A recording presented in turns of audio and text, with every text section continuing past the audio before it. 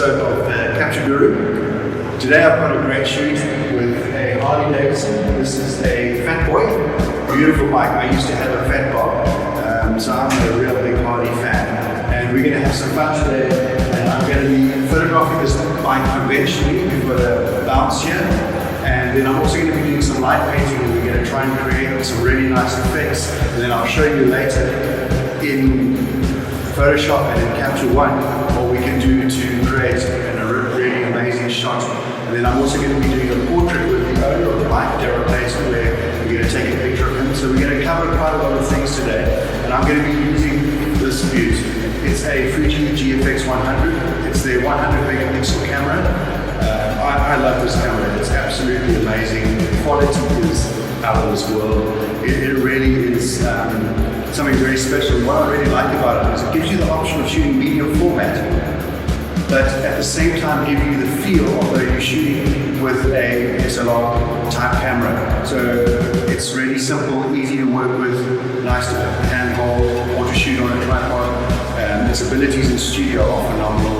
You can do focus stacking, all sorts of things like that, so, which is really exciting. So I'm going to be working with this. We'll tell you a little bit about the camera. We're also going to test this camera with the X-T4 on some video work. So I haven't really done much video with the GFX. I've only been using it for stills. So I'm really interested to see how the video works on this. And we'll also run through some video on the X-T4, and we're shooting this at the moment with the X-T4. So yeah, we'll be telling you as we're going along today what I'm doing, and really looking forward to shooting this beautiful, beautiful bike. Yeah, really stunning. Thanks.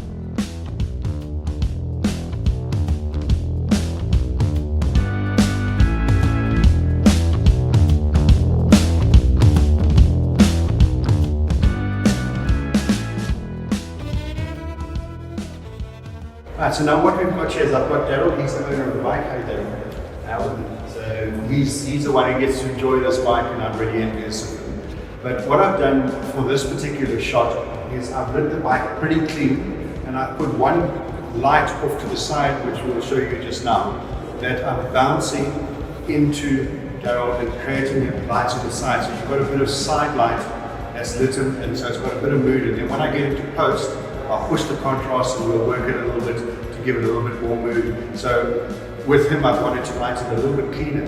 But once I get to now shooting the actual bike on its own, I'm not going to worry too much about the side light. I'm now going to be worried just about the lines and the curves of the bike.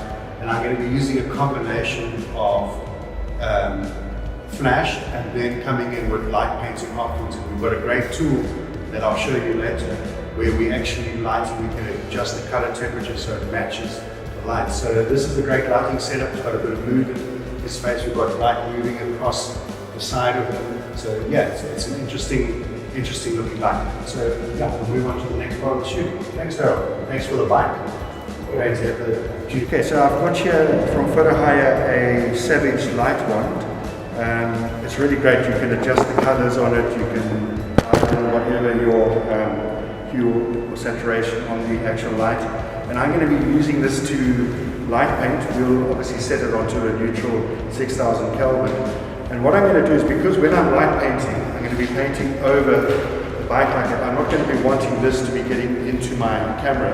So what I've got here is I've got some foil, acidic foil that I'm going to be using. And I'm going to just wrap this in like that. And then stick it down, and what that's going to do is going to stop any light falling into the camera, and I'll make sure that when I'm painting that I don't aim the actual light towards the camera. So we're going to recreate this foil. We can make it into a nice, simple, close it off like it almost like a brown wall.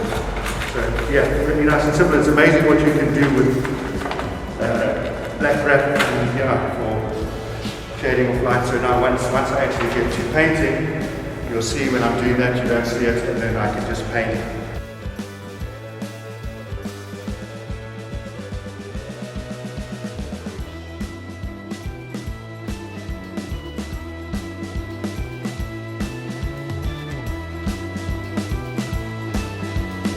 Okay, so what I'm going to do now is I'm going to create some atmosphere into the back of the shot by using these amazing ones. You can see I've got myself all green in here, and I'm going to paint a bit of color into the background of these shots to give a bit of mood.